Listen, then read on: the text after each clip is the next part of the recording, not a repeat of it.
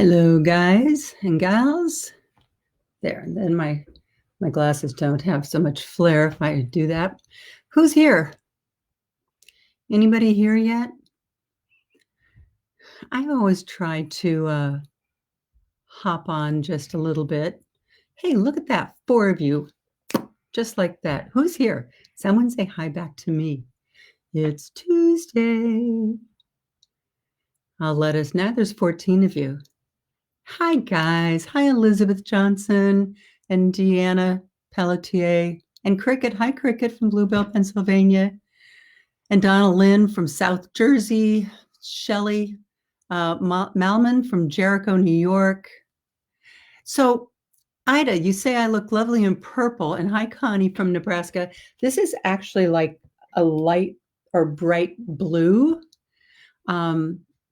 But you're right, because I'm looking at me. It does look kind of lavender.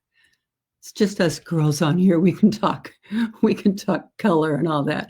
Whoa, here, hold on. Everybody's coming on at once. Hi, Barbara Johnson from Davidson, North Carolina. Connie from Nebraska. Hi, Maddie. And Vincent's coming in from New York City. Cindy from Elk Grove Village, Illinois. Susan Macy from Lincoln, Nebraska. Heidi from Boston, and Peggy King from Statesville, North Carolina. Christy, hey, Christy from Battleground, Michigan. Okay, so all my good friends are here now. It's Tuesday. It is May 5th, and that means it's Cinco de Mayo.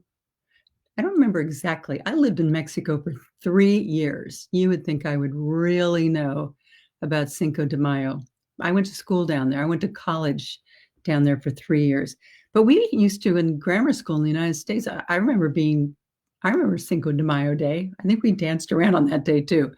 Hi, Kay from Tennessee and Dorothy from Millstone, New Jersey, and Kay from Tennessee, Donna from upstate New York. So listen, it's something else. Besides Cinco de Mayo, it is the first Tuesday of May every year is National Teacher Appreciation Day, and it kicks off the week. The whole week is Teacher Appreciation Week. And so I thought we should pay them a little homage. And I'm going to be talking to a teacher and her husband, who's also a high school guidance counselor. And when you hear her schedule, you're going to get tired just listening to her schedule. But I want you to think about if there was a teacher who really, really helped you. By the way, Sue Jeffries, hope your husband and son will be home with you soon. They're coming home. They're going to make the drive. It's like a 17, 18-hour drive. I know, I skip from thing to thing, from West Palm Beach up here to Connecticut. And but he said he's going to make the drive. I think he's on CNN Friday morning. Some of you know he owns summer camps for children, a couple of the most prestigious, summer camps on the East Coast. They're in Maine, southern Maine. And it's just been a huge question as to whether or not they're going to be able to open. He's still very bullish. He's planning on it. All of his families, all the children that he has a boys camp and a girls camp. They all want him to open. So they're working on it. He's on with the state of Maine and the CDC and all these experts every single day. But anyway, he's coming home this week.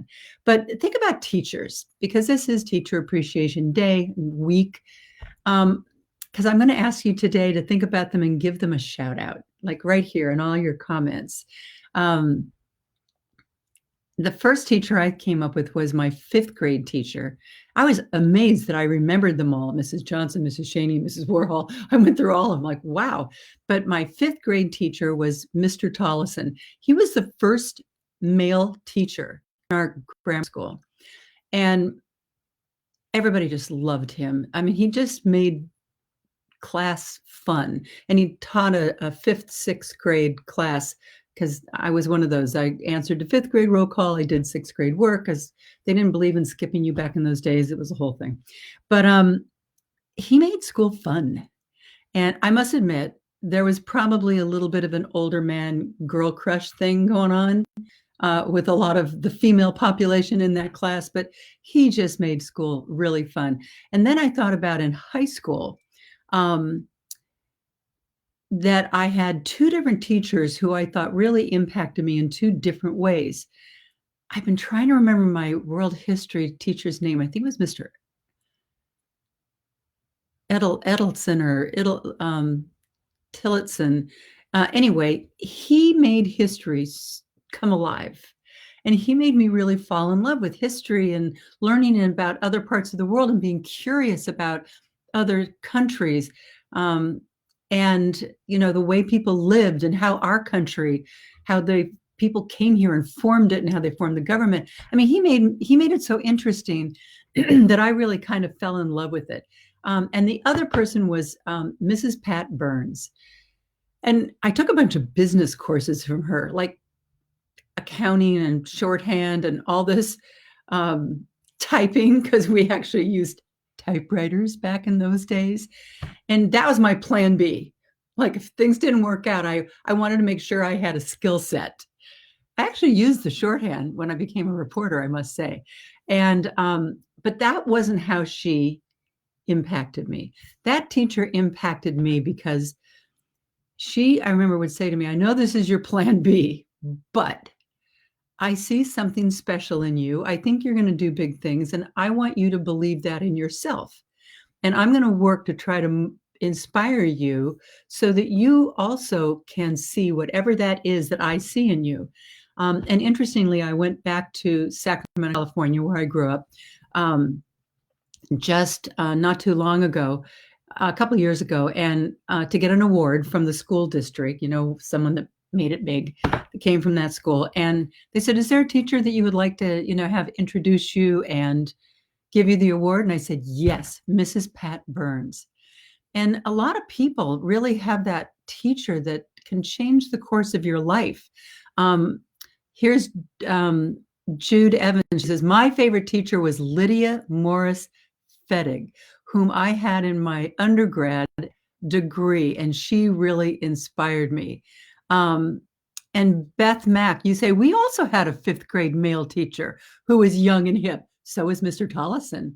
And all the girls had a crush on him. I think we all had a crush on him too.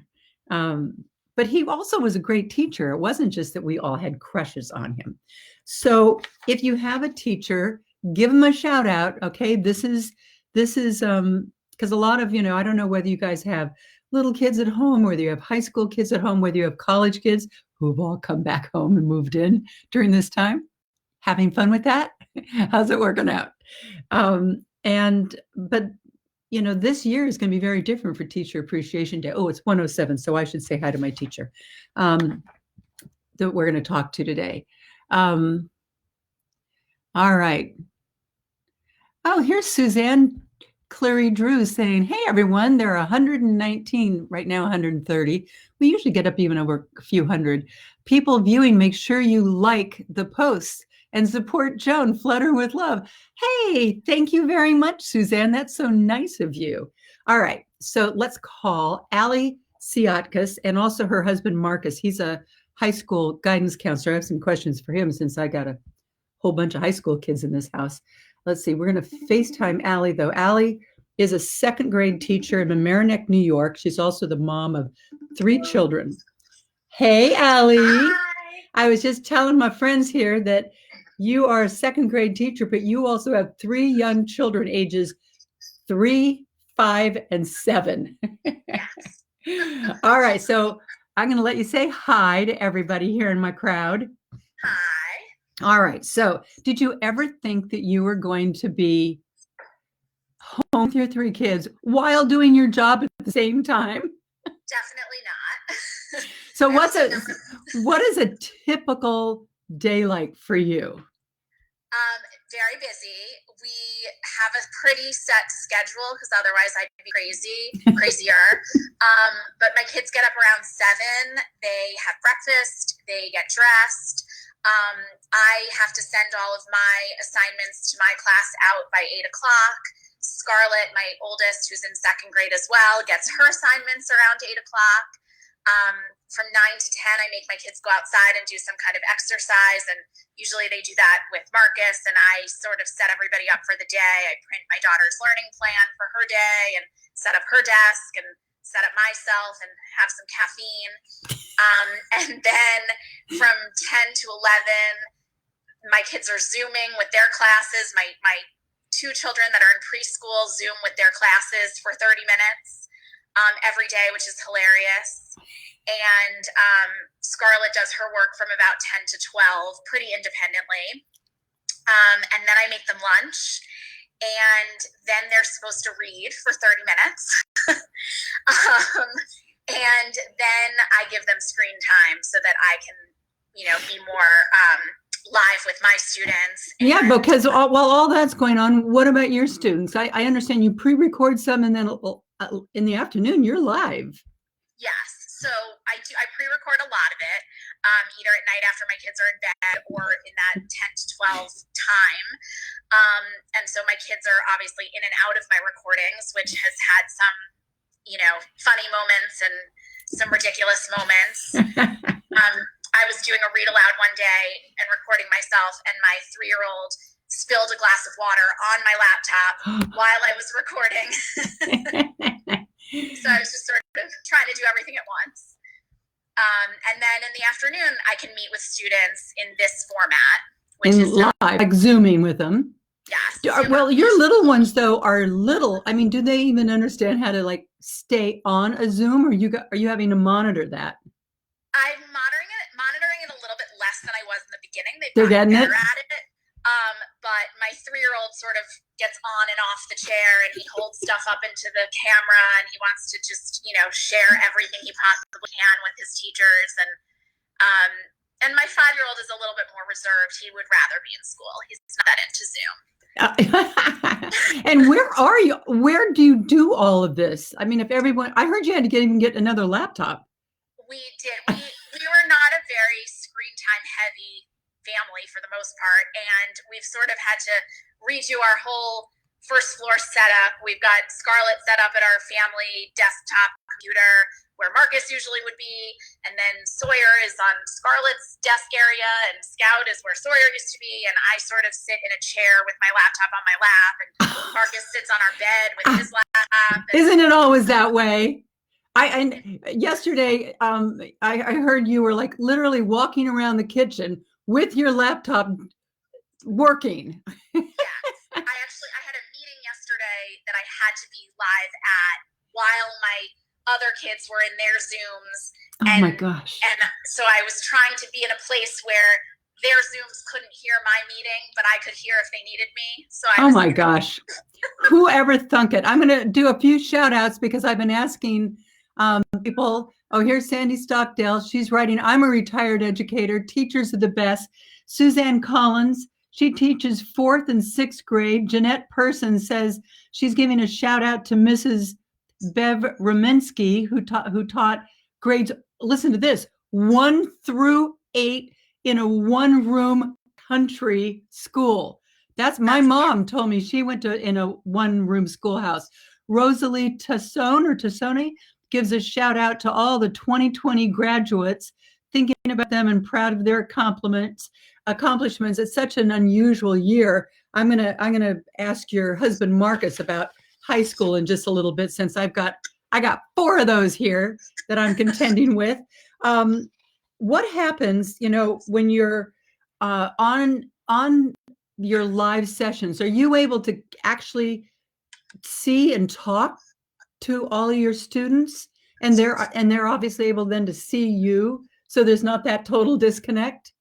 Yes, and that's what we've really been trying to keep for elementary school. Yeah. More so than actual teaching live, but really just having the connection and making sure that they can see us and that they feel connected to school and to their friends and to us as teachers.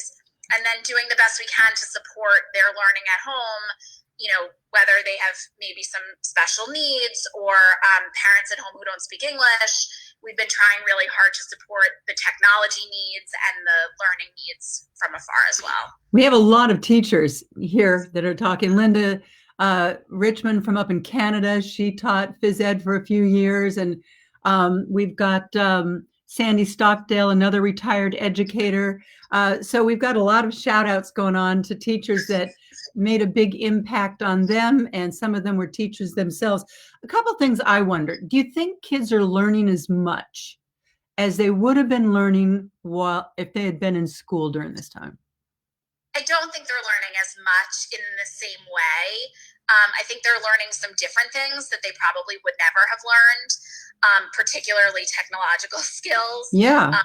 We've gotten a lot of really cool online resources that we didn't really know were available that we can probably continue to use after this. But I think the curriculum is much different because it's not meant to be accessed this way at the elementary level. It sounds way more challenging for you, the teacher. It seems like more work. Am I right? Yes, I'm working really hard. And do you think it's harder or easier for the students themselves? I mean, I know here in my house, we set things up down in the dining room. They had their spots. Because some of them had live sessions, they've spread out now. Now 2 of them are in their bedrooms at their desks, one's still in the dining room, but they had overlapping sound. Yes.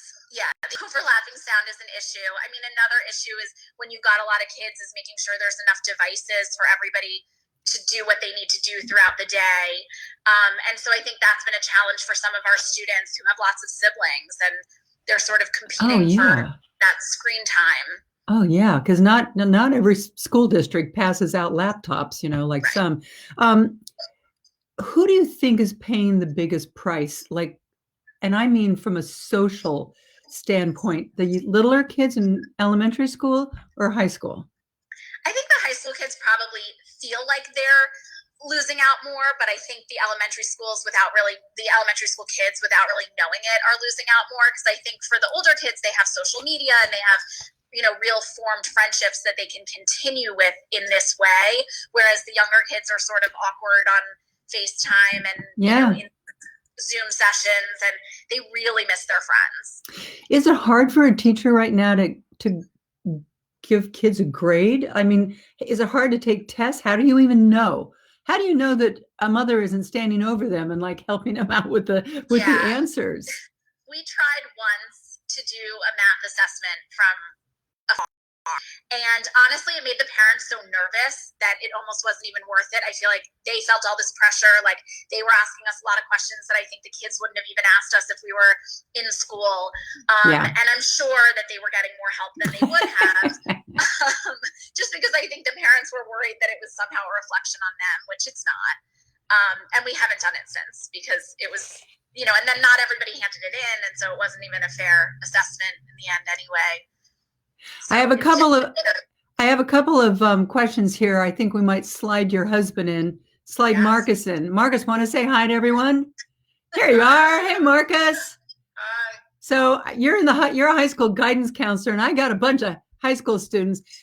We have somebody here, Vincent, from New York City, and he says in the New York City school system that there are 300,000 students who don't have home computers or access to internet. And in reading up on this before doing this interview today, I read that while technology might become more utilized in the school system, that could be the good part, that there could become a much wider disparity gap simply because some students don't have the access to the technology.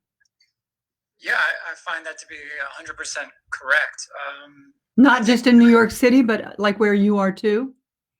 Yeah, even in the suburbs outside of New York City, where there's a major divide. I think we took for granted how many students were relying on schools and the internet access provided by schools, in addition to the devices that the school provides. A lot of my students only have SMS texting.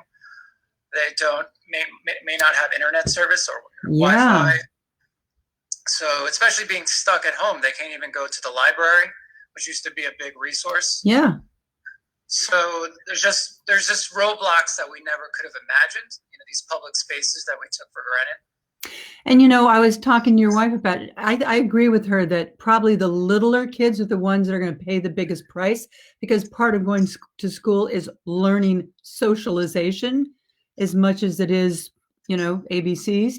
But for high school students, I worry about the anxiety level, and I also worry that this is even going to make them more tied to their technology instead of face-to-face communication. Is that a concern with the high school level?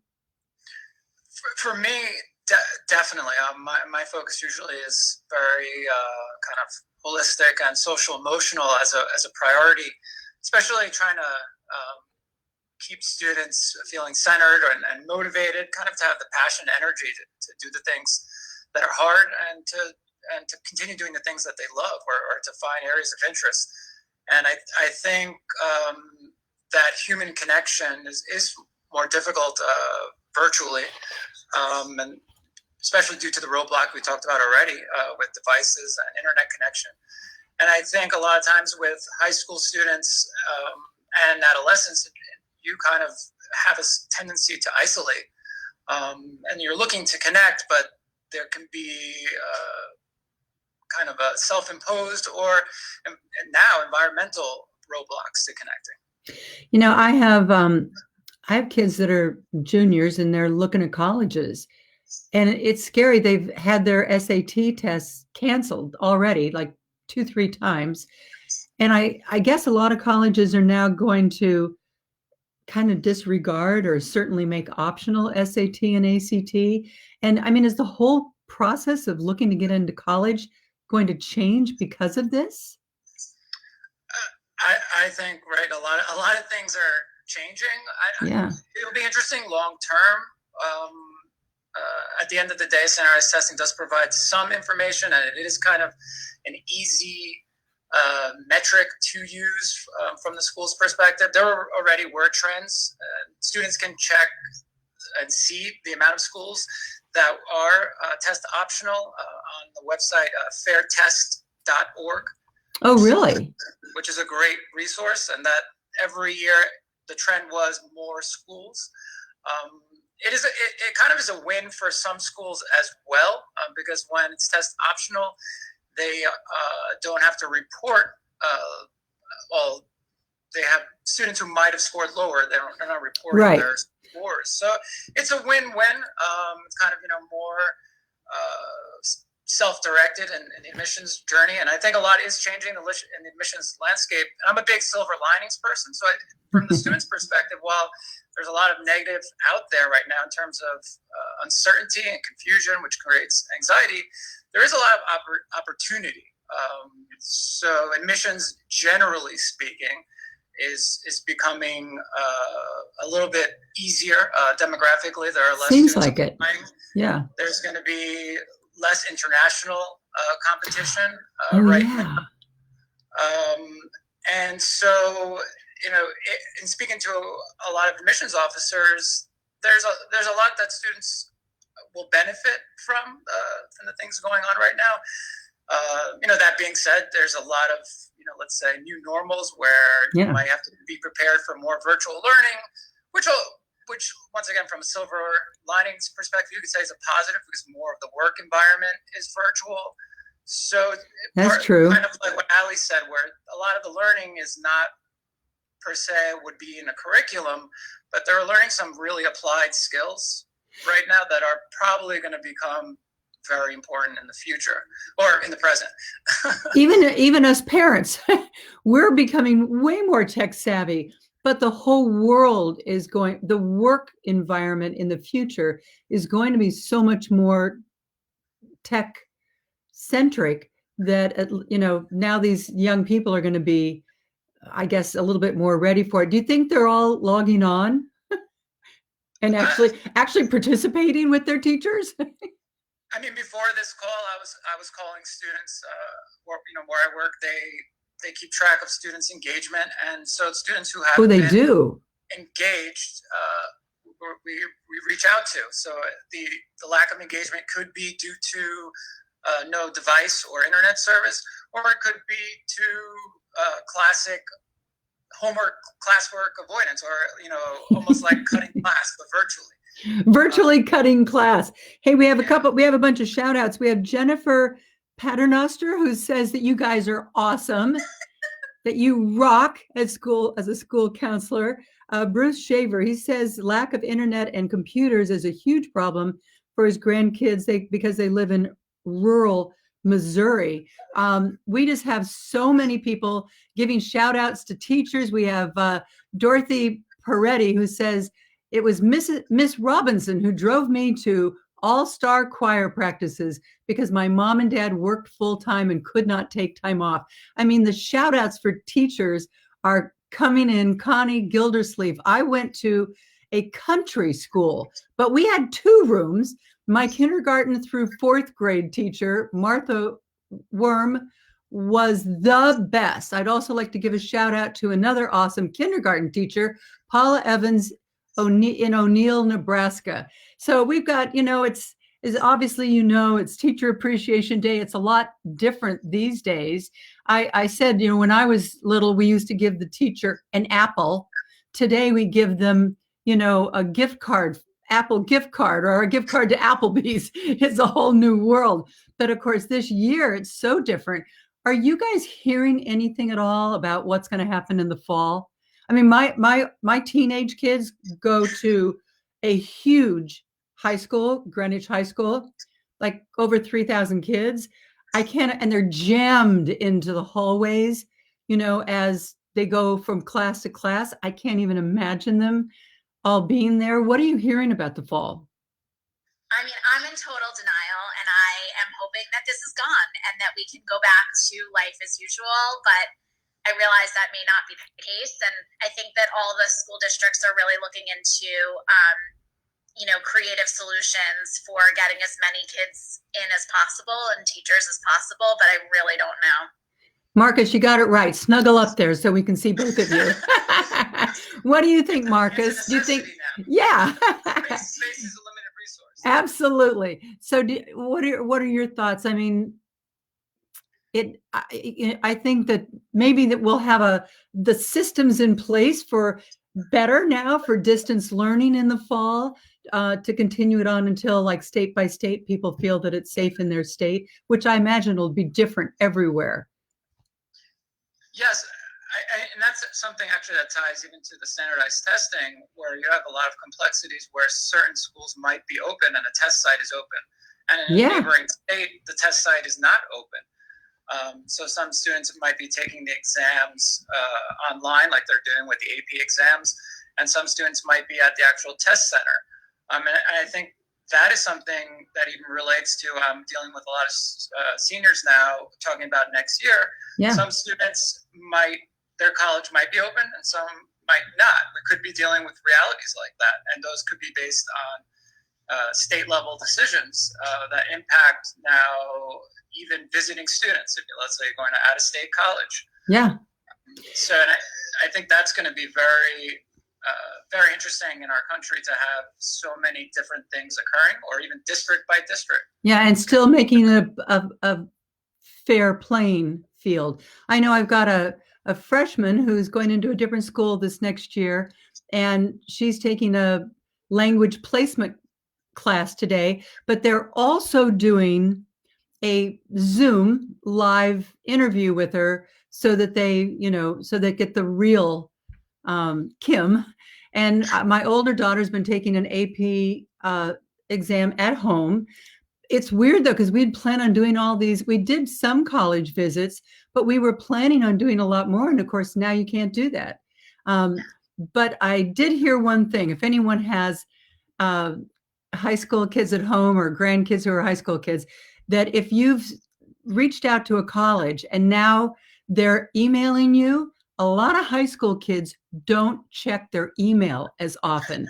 They check their Snapchat and their text or their TikTok, but not their email. And if the colleges are sending you emails, the kids should be opening them up and reading them, because the colleges are keeping track.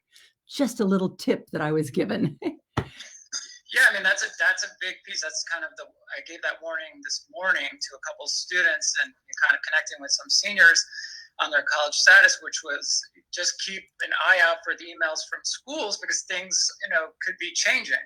And so that's a big piece, and it even ties back to, we said, well, some students don't have internet service. Yeah. But how do they connect with the schools, and kind of, that really gets into the tough parts about, especially with financial aid and document transfer. And so I think the schools are being flexible, and they've, pushed back deadlines and allowing students to hand in documents late. And I just encourage them always to reach out, whether to be to the counselor or directly to the school, and there's usually a solution. And everyone, Allie and Marcus are also in this tri-state area of New York, New Jersey, and Connecticut. And in the last 48 hours, the governors have all made the announcements that there will be no more school this year. We have a few people asking. Tracy Seibert says, I don't think school is going to open until the fall. And then Nan Sakala wants to know how you guys feel about sending your own kids back into school before there's a treatment or a viable vaccine. Ooh, I bet you guys have had a lot of discussions about this.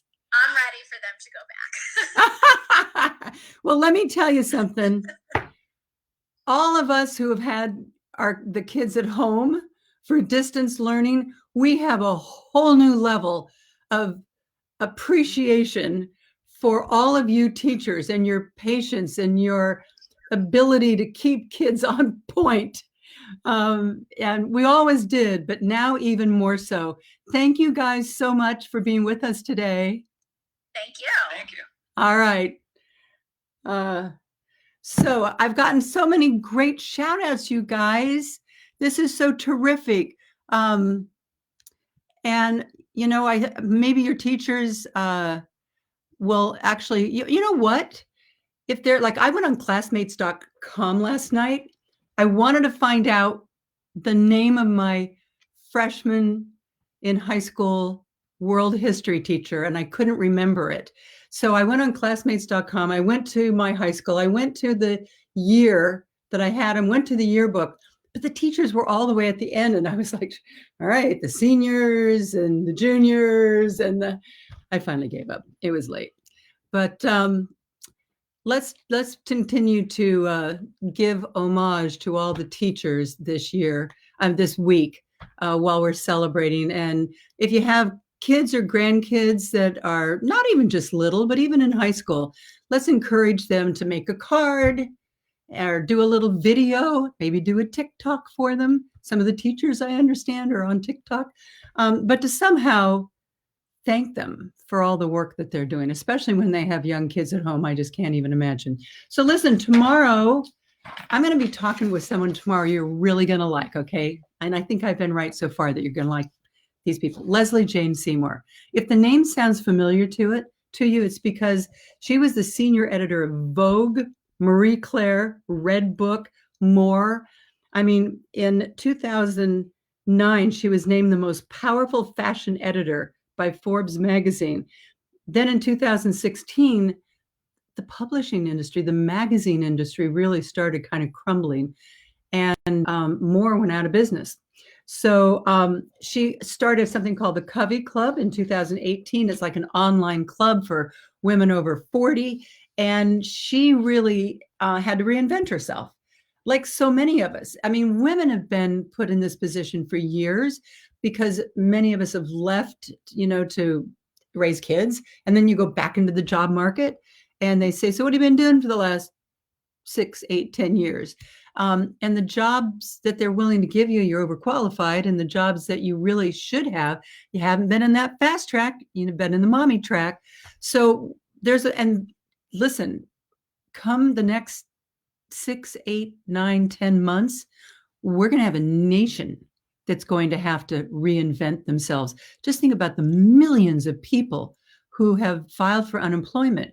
And when things do open up, are they going to open up the same? Most restaurants can only have serve 25% capacity. Will they need as many people? So a lot of folks might have to figure out what their skills are, and are those maybe transferable skills that they can take to another kind of job. I think it's going to be a big deal in this country in the coming months. But Leslie's fabulous, and we'll talk reinvention, and we'll talk women and how we should plan our lives and live our lives now that we're all living longer, because that's another aspect of reinvention. We aren't just, if you're going to just think you're going to sit back at 60 or 65, it's like, what are you going to do for the next 30 years? There's just more years. So we'll talk about all that tomorrow with Leslie. And then on Thursday, I've got Amy Newmark. She's the editor-in-chief of Chicken Soup for the Soul. I've done a few books with them. I did Thanks Mom. I did Family Caregivers. And so their newest book out is Laughter is the Best Medicine. I think we all need a little of that right now. And then thinking about family caregivers, I'm going to talk about that on Friday. And I'm going to talk with a man named James Ashley. And he ran the wonderful, wonderful place where my mom spent her last 10 years or so, happy, safe, healthy, happy. And I thought it might be nice to talk about our parents and, you know, and making sure that we keep them not only safe, but happy, and what's going on, you know, right now. All right. So I'll see you all tomorrow. Have a good day, and namaste. Bye, guys.